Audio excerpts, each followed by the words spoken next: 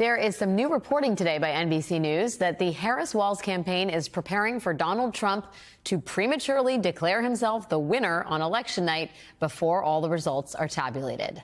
Sound familiar? Joining me now is Mark Elias, founder of Democracy Docket and chair of the Elias Law Group. He is also helping the Harris-Walz in its post-election litigation strategy. Mark, thank you for being here.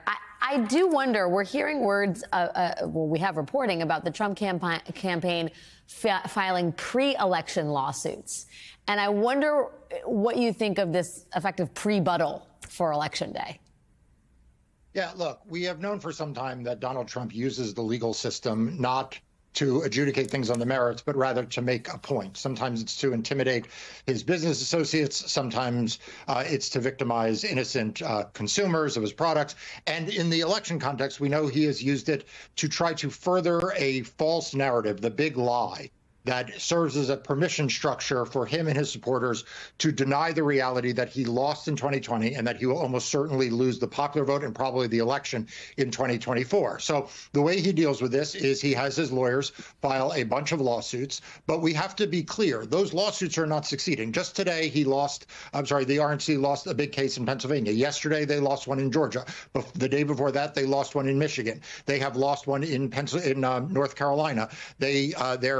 Their conservative allies lost one today in Wisconsin. They lost one at the end of last week in Nevada. I could go on and on and on. So the fact that they're filing these lawsuits is meant to create, like I said, a structure for him to have an excuse for why he loses. But it doesn't mean the courts are not protecting voters. And certainly Democrats and progressive organizations are out there fighting every day to make sure that's true.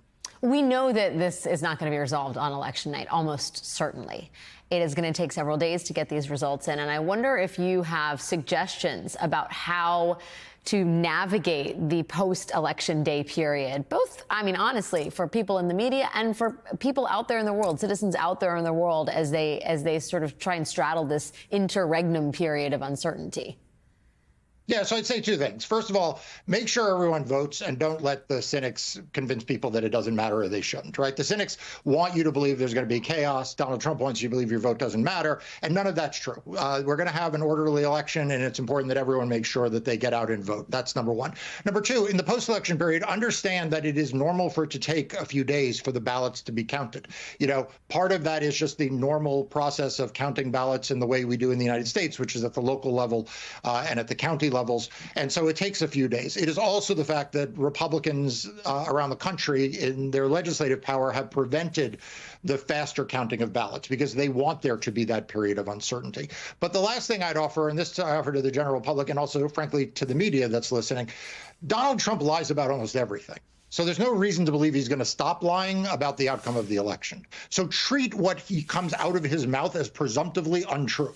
Treat what comes out of the RNC and his surrogates as the kind of nonsense that you hear them spew every day on other things. The difference here is that he is doing it to undermine confidence in free and fair elections, and people should not give him that microphone and that amplification.